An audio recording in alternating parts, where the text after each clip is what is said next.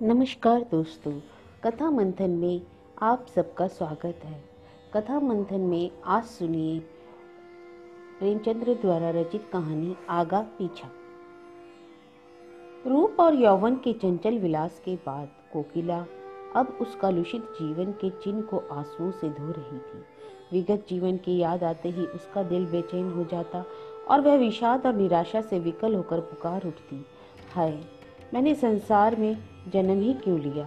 उसने दान और व्रत से उन कालिमाओं को धोने का प्रयत्न किया और जीवन के बसंत की सारी विभूति इस निष्फल प्रयास में लुटा दी। पर यह जागृति क्या किसी महात्मा का वरदान या किसी अनुष्ठान का फल थी? नहीं, यह उस नवजात शिशु के प्रथम दर्शन का प्रसाद थी जिसके जन्म ने आज 15 साल से उसकी सूनी गोद को प्रदीप्त कर दिया था। शिशु का मुख देखते ही उसके नीले होठों पर एक क्षीण करुण उदास मुस्कुराहट झलक गई, पर केवल एक क्षण के लिए। एक क्षण के बाद वह मुस्कुराहट एक लंबी सांस में विलीन हो गई।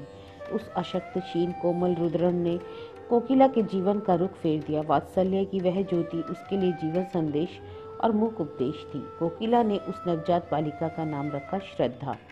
उसी के जन्म ने तो उसमें श्रद्धा उत्पन्न की थी। वह श्रद्धा को अपनी लड़की नहीं, किसी देवी का अवतार समझती थी। उसकी सहेलियां उसे बधाई देने आती, पर कोकिला बालिका को उनकी नजरों से छिपाती। उसे यह भी मंजूर न था कि उनकी पापमयी दृष्टि भी उस पर पड़े। श्रद्धा ही अब उसकी विभूति, उसकी आत्मा, उसका जीवन दीपक थी। वह कभी कभी उसे गोद में लेकर साध से सलगती हुई आंखों से देखती और सोचती, क्या यह पावन ज्योति भी वासना के प्रचंड आघातों का शिकार होगी? मेरे प्रयत्न निष्फल हो जाएंगे। क्या कोई ऐसी औषधि नहीं जो जन्म के संस्कारों को मिटा दे? भगवान से वह सदैव प्रार्थना करती कि मेरी श्रद्धा किन्हीं कांटों में ना उलझे। वह वचन और कर्म से, विचार व्यवहार से उसके सन्मुख नारी जीवन का ऊंचा आदर्श रखेगी। श्रद्धा इतनी सरल, इतनी प्रगल्भ, इतनी चतुर थी कि कभी कभी कोकिला वात्सल्य से गदगद होकर उसके तलवों को अपने मस्तक से रगड़ती और पश्चाताप तथा हर्ष के आंसू बहाती। 16 वर्ष बीत गए। पहले की भोली भाली श्रद्धा अब एक सगर्व, शांत, लज्जाशील नवयौवना थी जिसे देखकर आंखें तृप्त हो जाती थी। विद्या की उपासिका थी, पर सारे संसार से विमुख। जिनके साथ वह पढ़ती थी वे उससे बात भी न करना चाहती। मातृ स्नेह के वायुमंडल में पड़कर वह घोर अभिमानिनी हो गई थी। वात्सल्य के वायुमंडल, सखी सहेलियों के परित्याग, रात दिन की घोर पढ़ाई और पुस्तकों के एकांतवास से अगर श्रद्धा को अहम भाव हुआ तो आश्चर्य की कौन सी बात थी। उसे किसी से भी बोलने का अधिकार ना था। विद्यालय में भले घर की लड़कियां उसके सहवास से में अपना अपमान समझती थी। रास्ते में लोग उंगली उठाकर कहते, यह कोकिला वैश्य की लड़की है। उसका सिर झुक जाता। कपोल क्षण भर के लिए लाल होकर दूसरे ही क्षण फिर चूने की तरह सफेद हो जाते। श्रद्धा को एकांत से प्रेम था, विवाह को ईश्वरीय कोप समझती थी। यदि कोकिला ने कभी उसकी बात चला दी तो उसके माथे पर बल पड़ जाते, चमकते हुए लाल चेहरे पर कालीमा छा जाती, आंखों से झरझर आंसू बहने लगते। देखकर कोकिला चुप हो जाती। दोनों के जीवन आदर्शों में विरोध था। कोकिला समाज के देवता की पुजारिन और श्रद्धा को समाज से नफरत। यदि संसार में उसे कोई वस्तु प्यारी थी तो वह थी उसकी किताबें। श्रद्धा से कहा, क्यों मन्नी, सच बताना, तुझे यह लज्जा तो नहीं लगती कि तू मेरी बेटी हुई? यदि तू किसी ऊंचे कुल में पैदा हुई होती तो क्या तब भी तेरे दिल में ऐसे विचार आते? तू मन ही मन मुझे जरूर कोसती होगी। श्रद्धा माँ का मुंह देखने लगी। माता से इतनी श्रद्धा कभी उसके दिल में पैदा नहीं हुई थी। कांपते हुए स्वर में बोली, अम्मा जी, आप मुझसे ऐसा प्रश्न क्यों करती हैं? क्या मैंने कभी आपका अपमान किया है?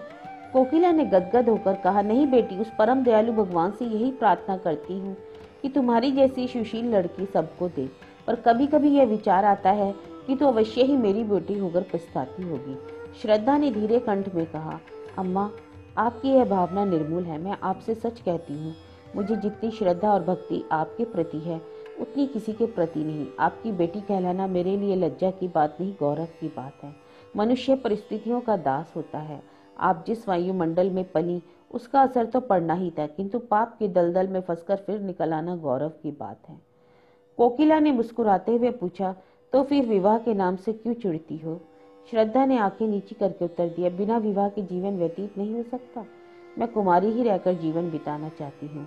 विद्यालय से निकलकर कॉलेज में प्रवेश करूंगी और 2-3 वर्ष बाद हम दोनों स्वतंत्र रूप से रह सकती हैं। डॉक्टर बन सकती हूँ, वकालत कर सकती हूँ, औरतों के लिए कई मार्ग खुले हैं।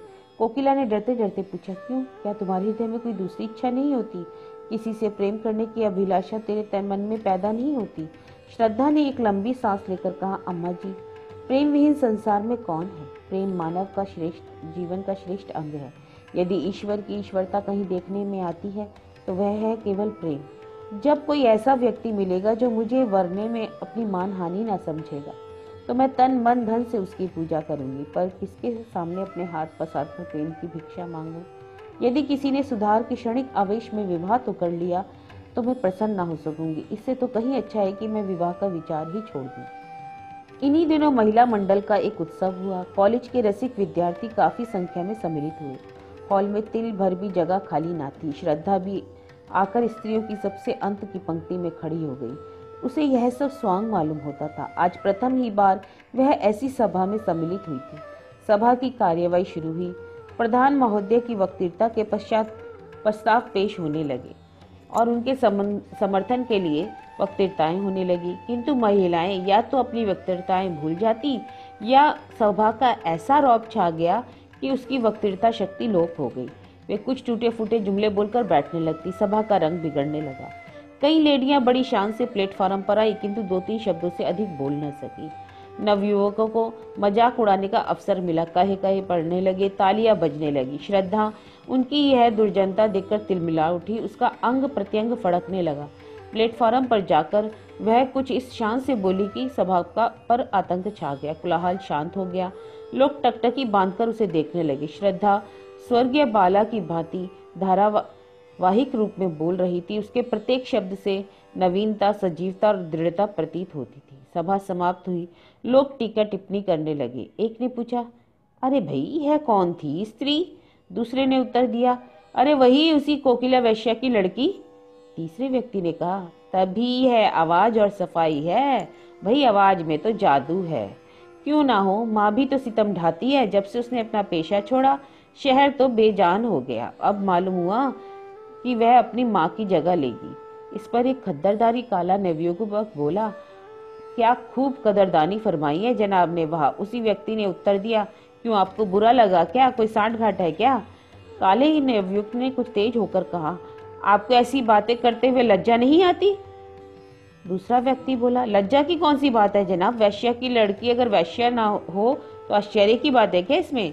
नवयुवक ने घृणा पूर्वक स्वर में कहा, ठीक होगा, आप जैसे बुद्धिमान व्यक्तियों की समझ में जिस रमणी के मुख से ऐसे विचार निकल सकते हैं वह देवी है, रूप को बेचने वाली नहीं।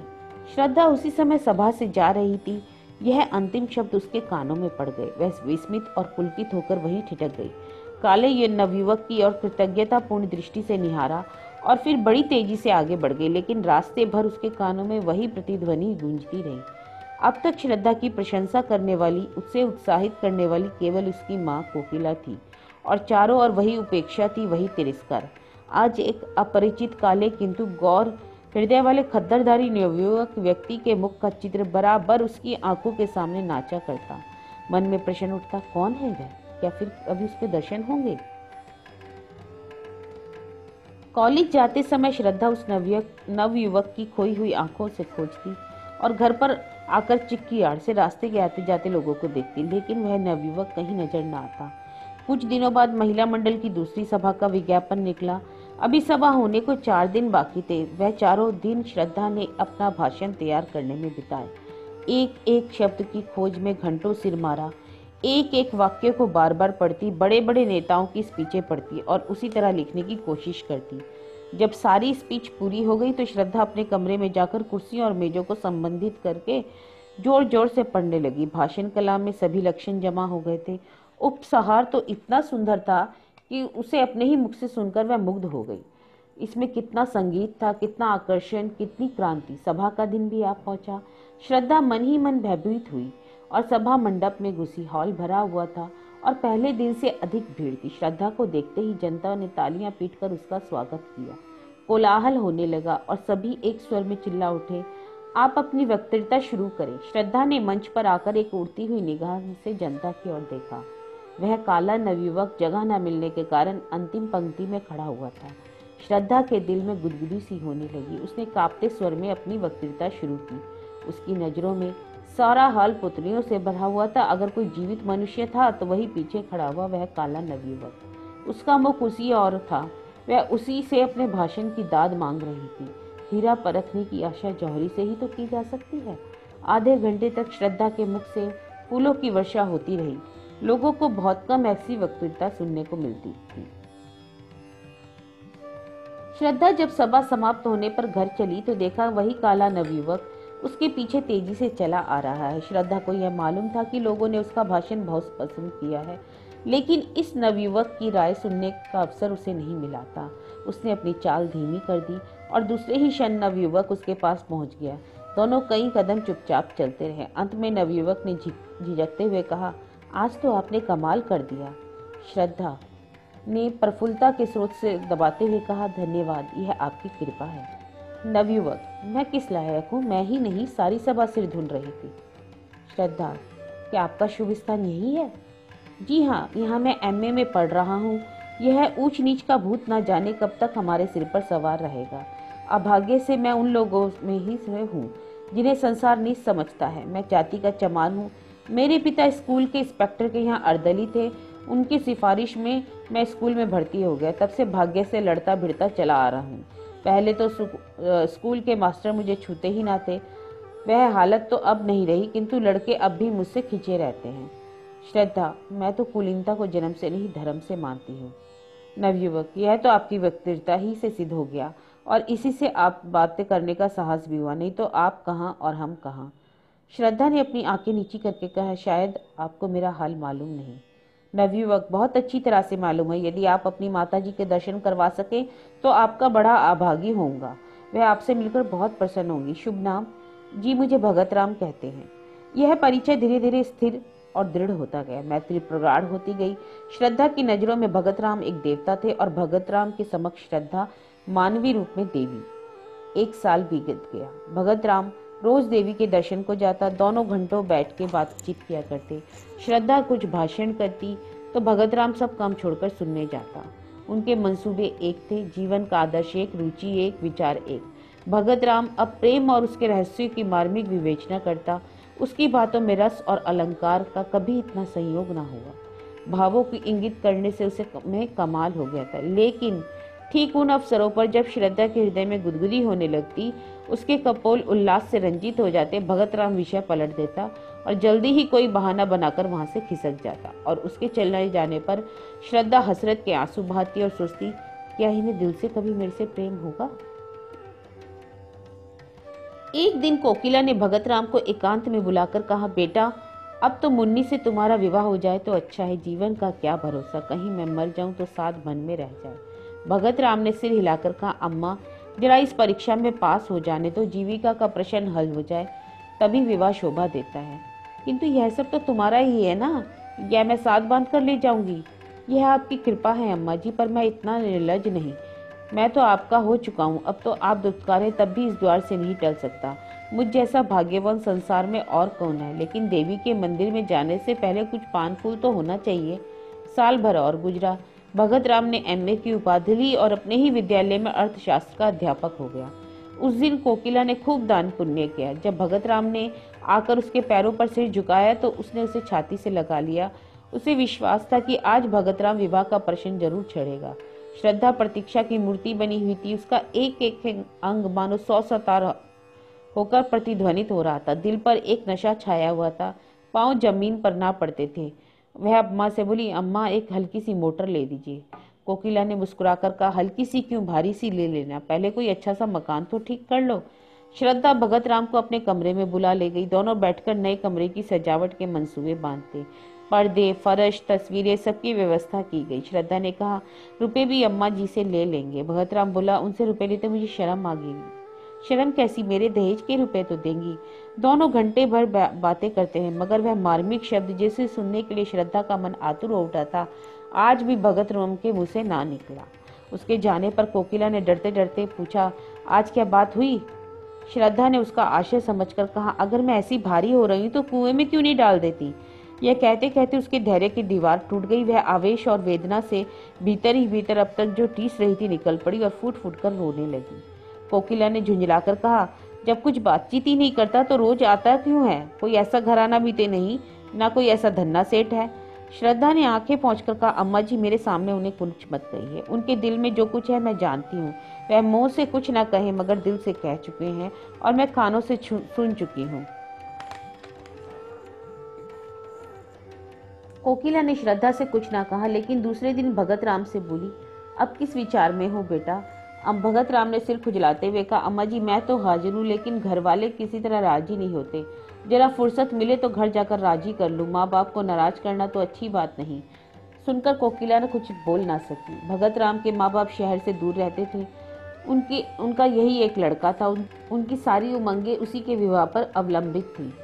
उन्होंने कई बार उसकी शादी तय की, पर भगत राम बार पर यही कहकर निकल जाता कि जब तक नौकर ना होऊंगा विवाह ना करूंगा। अब वह नौकर हो गया था, इसलिए दोनों माँ के एक ठंडे प्रातःकाल में लदे फदे भगत राम के मकान पर आ पहुंचे। भगत राम ने दौड़कर उनकी पद धूली ली और कुशल आदि पूछने के बाद कहा, आप लोगों ने इस जाड़े पाले में क्यों तकलीफ की? मुझे बुला लिया होता।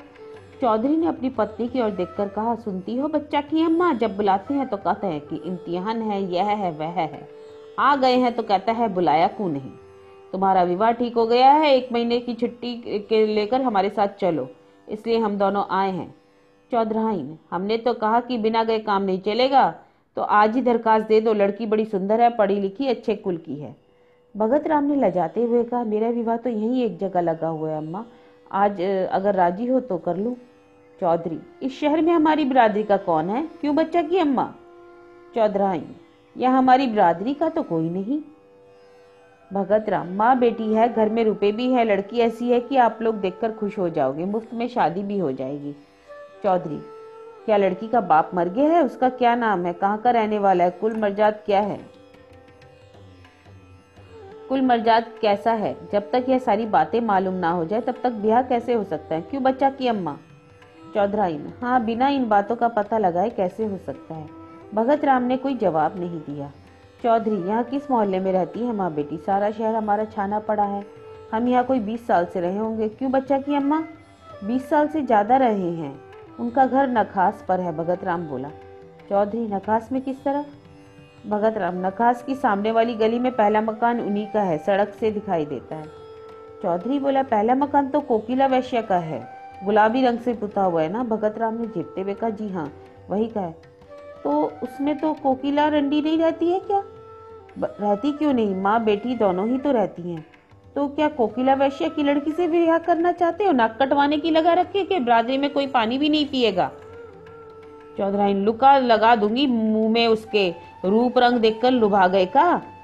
भगत राम, मैं तो अपने भाग्य समझता हूँ कि वह अपनी लड़की शादी के मेरे साथ करने को राजी है। अगर वह आज चाहे तो किसी बड़े से बड़े रईस के घर में शादी कर सकती है। चौधरी, रईस उससे ब्याह ना करेगा। तुम्हें भगवान समाई दे, 1 नहीं 4 रखो, मर्दों के लिए कौन रोके, लेकिन जो ब्याह के लिए कहो तो ब्याह वही है जो बिरादरी में हो। चौधराइन, बहुत पढ़ने के बाद आदमी बौरा जाता है कहा? हम तो गवार आदमी हैं, पर समझ में नहीं आता कि तुम्हारी नीयत कैसे हो गई।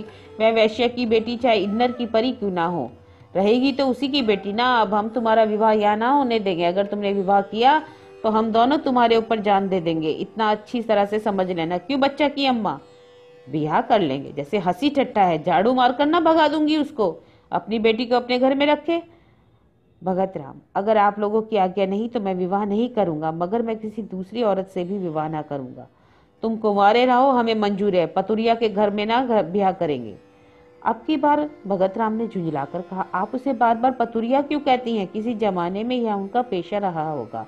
आज दिन वह जितने आचार विचार से रहती हैं, शायद ही कोई और रहती हो। ऐसा पवित्र आचरण मैंने आज तक नहीं देखा। भगत राम का सारा यत्न विफल हो गया। चौधराइन ने ऐसी जीत पकड़ी कि जौ भर अपनी जगह से ना टली। रात को जब भगत राम अपने प्रेम मंदिर में पहुंचा तो उसका चेहरा उतरा हुआ था। एक एक अंग से निराशा टपक रही थी। श्रद्धा रास्ता देखती हुई घबरा रही थी कि आज इतनी देर रात क्यों है। उन्हें क्या मालूम कि मेरे दिल की क्या हालत हो रही है। कोकिला ने कहा, मैं तो तुझसे कह चुकी हूँ ना, उसका मिजाज अब वह नहीं रहा, फिर भी तू नहीं मानती। आखिर एक टाल मटोल की कोई हद तो होती है। श्रद्धा ने दुखित होकर कहा, अम्मा जी, मैं आपसे 1000 बार विनय कर चुकी हूँ कि चाहे लौकिक रूप से कुमारी हूँ क्यों ना हूँ, लेकिन हृदय से मैं उनकी बिहाता हूँ। अगर ऐसा आदमी विश्वास करने के काबिल नहीं तो नहीं जानती कि किस पर विश्वास किया जाए। और इसी समय भगत राम निराशा की मूर्ति बने हुए कमरे के भीतर आए। दोनों स्त्रियों ने उनकी ओर देखा। कोकिला की आंखों में शिकायत थी और श्रद्धा की आंखों में वेदना। कोकिला की आंखें कह रही थी, यह क्या तुम्हारे रंग ढंग है? श्रद्धा की आंखें कह रही थी, इतनी निर्दयता। भगत राम ने धीमे वेदनापूर्ण स्वर में कहा, आप लोगों को आज बहुत देर तक मेरी राह देखनी पड़ी, मगर मैं मजबूर था। घर से अम्मा और दादा आए हुए हैं, उन्हीं से बातें कर रहा था। कोकिला बोली, घर पर सब कुशल है ना? जी हाँ, सब कुशल है। मेरे विवाह का मसला पेश हुआ है, उन्हीं पर विचार कर रहे थे। पुराने ख्याल के आदमी है, किसी तरह राजी नहीं होते। कोकिला का मुख तमतमा उठा। बोली, हाँ राजी क्यों होंगे, हम लोग उनसे नीच जो है ना। लेकिन जब तुम उनकी इच्छा के दास थे तो तुम्हें उनसे पूछकर ही आना जाना चाहिए। इस तरह हमारा अपमान करके तुम्हें क्या मिला? यदि मुझे मालूम होता तुम अपने माँ बाप के इतने गुलाम हो तो नौबत ही काहे को आती। श्रद्धा ने देखा कि भगत राम की आंखों से आंसू गिर रहे हैं। विनीत भाव से बोला, अम्मा जी, माँ बाप की मर्जी का गुलाम होना कोई पाप तो नहीं? अगर मैं उनकी उपेक्षा करूं तो क्या आपको दुख ना होगा? यही हाल उन लोगों का भी तो होगा। श्रद्धा यह कहती हुई अपने कमरे की ओर चली। इशारे से भगत राम को भी बुलाया। कमरे में बैठकर दोनों कई मिनट तक पृथ्वी की ओर ताकते रहे। किसी में भी कुछ कहने का साहस नहीं हुआ। अंत में भगत राम ने प्रोषित वीरता से काम लिया और कहा, श्रद्धा, इस समय मेरे हृदय में एक भीतर तुमुल युद्ध हो रहा है। मैं शब्दों में अपनी दशा बयान नहीं कर सकता। जी चाहता है विष खाकर जान दे दूं। तुमसे अलग रहकर जीवित नहीं रह सकता, केवल तड़प सकता हूँ। मैंने उनकी बहुत खुशामद की, पर दोनों अपनी बात पर अड़े रहे। बार बार यही कहते हैं कि मौत मंजूर है, लेकिन तुमसे शादी मंजूर नहीं। श्रद्धा ने सांत्वना देते हुए कहा, प्यारे, मुझसे घृणा करना उचित है। पढ़े लिखे आदमियों में तो ऐसे ही कितने निकल आएंगे। मैं सवेरे उनके दर्शन के लिए जाऊंगी, शायद मुझे देखकर कुछ पिघल जाए। मैं हर तरह से उनकी सेवा करूंगी, देखिए आगे क्या होता है। भगत राम को ऐसा मालूम हुआ मानो उसकी आंखों की ज्योति बढ़ गई है, अथवा शरीर में कोई दूसरी ज्योतिर्मय आत्मा आ गई है। उसके हृदय का सारा अनुराग, सारा विश्वास, सारी भक्ति आंखों में उमड़कर श्रद्धा के पैरों की ओर जाती हुई मालूम हुई। चौधरी और चौधराइन को शहर आए हुए 2 सप्ताह बीत गए थे। वे रोज जाने के लिए कमर कसते, लेकिन फिर रह जाते। श्रद्धा उन्हें जाने न देती।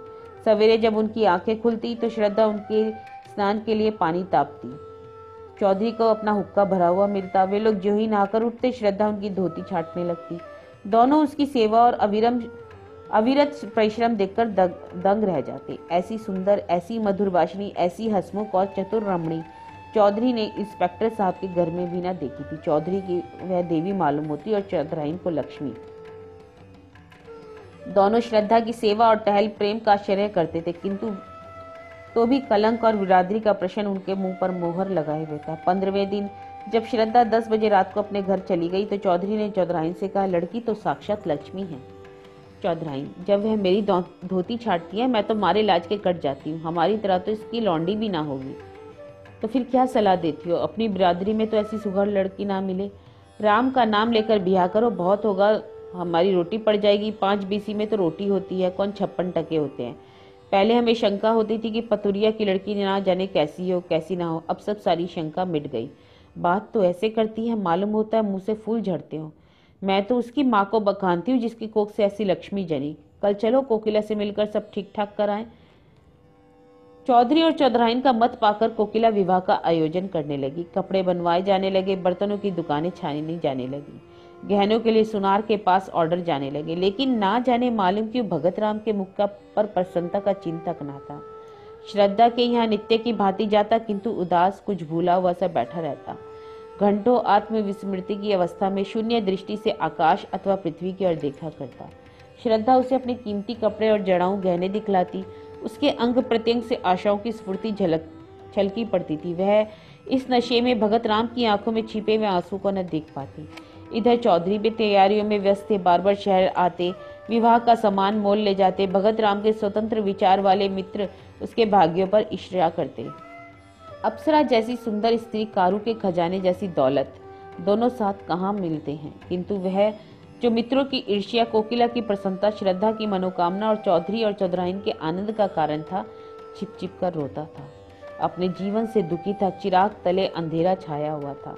ज्यों-ज्यों विवाह का दिन समीप आता, भगत राम की बनावटी उमंग भी ठंडी पड़ती जाती। जब 4 दिन शेष रह गए तो उसे हल्का सा ज्वर आ गया। वह श्रद्धा के घर भी ना जा सका। चौधरी और चौधराइन, अन्य बिरादरी के लोग भी आ पहुंचे, किंतु सब के सब विवाह की धुन में इतने मस्त थे कि किसी का भी ध्यान उस ओर न गया।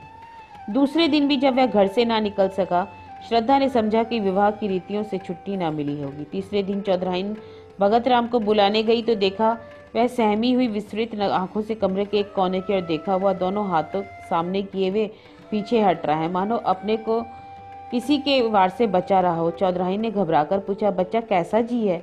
पीछे इस तरह क्यों चले जा रहे हो? यहाँ तो कोई नहीं। भगत राम के मुंह पर पागलों जैसी अचेतना थी, आंखों में भय छाया हुआ था।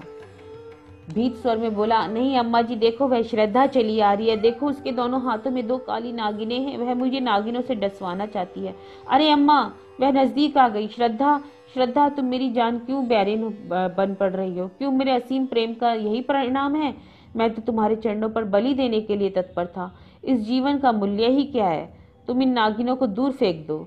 मैं यहाँ तुम्हारे चरणों पर लेट कर जान देने तक न्यौछावर कर दूंगा। यह कहकर वह चित गिर पड़ा। चौधराइन ने लपक कर चौधरी को बुलाया। दोनों ने भगत राम को उठाकर चारपाई पर लिटा दिया। चौधरी का ध्यान किसी आसेब की ओर गया। वह तुरंत ही लौंग और राख लेकर आसेब उतारने की आयोजन करने लगे। स्वयं तंत्र मंत्र में निपुण थे। भगत राम का सारा शरीर ठंडा था, किंतु सिर तवे की तरह तप रहा था। रात को भगत राम कई बार चौंक कर उठा। चौधरी ने हर बार मंत्र फूंककर अपने ख्याल से आसेब को भगाया। चौधराइन ने कहा, कोई डॉक्टर क्यों नहीं बुलाते? शायद दवा कुछ फायदा करे। कल ब्याह है और आज यह हाल। चौधरी ने निशंक भाव से कहा, डॉक्टर आकर क्या करेगा? वही पीपल वाले बाबा तो हैं। दवा शुरू करना उनसे और रार बढ़ाना है। रात जाने दो, सवेरा होते ही एक बकरा और एक बोतल दारू उनकी भेंट हो जाएगी। बस कुछ कहने की जरूरत नहीं। डॉक्टर बीमारी की दवा करता है, हवा बयार की नहीं। सवेरे चौधरी ने एक बकरा मंगवाया। स्त्रियां गाती जाती हुई देवी के चौतारे की ओर चली। जब लोग लौटकर आए तो देखा भगत राम की हालत और खराब है। उसकी नाड़ी धीरे धीरे बंद हो रही है। मुख पर मृत्यु विभीषिका की छाप थी। उसके दोनों नेत्रों में आंसू बहकर ढुलक रहे थे। अब चौधरी घबराए। तुरंत ही कोकिला को खबर दी। एक आदमी डॉक्टर के पास भेजा। डॉक्टर के आने में तो देर थी। वह भगत राम के मित्रों में से थे, किंतु कोकिला और श्रद्धा आदमी के साथ आ पहुंची। श्रद्धा भगत राम के सामने आकर खड़ी हो गई। आंखों से आंसू बहने लगे। थोड़ी देर में भगत राम ने आंखें खोली और श्रद्धा की ओर देखकर बोले, तुम आ गई श्रद्धा, मैं तुम्हारी राह देख रहा था।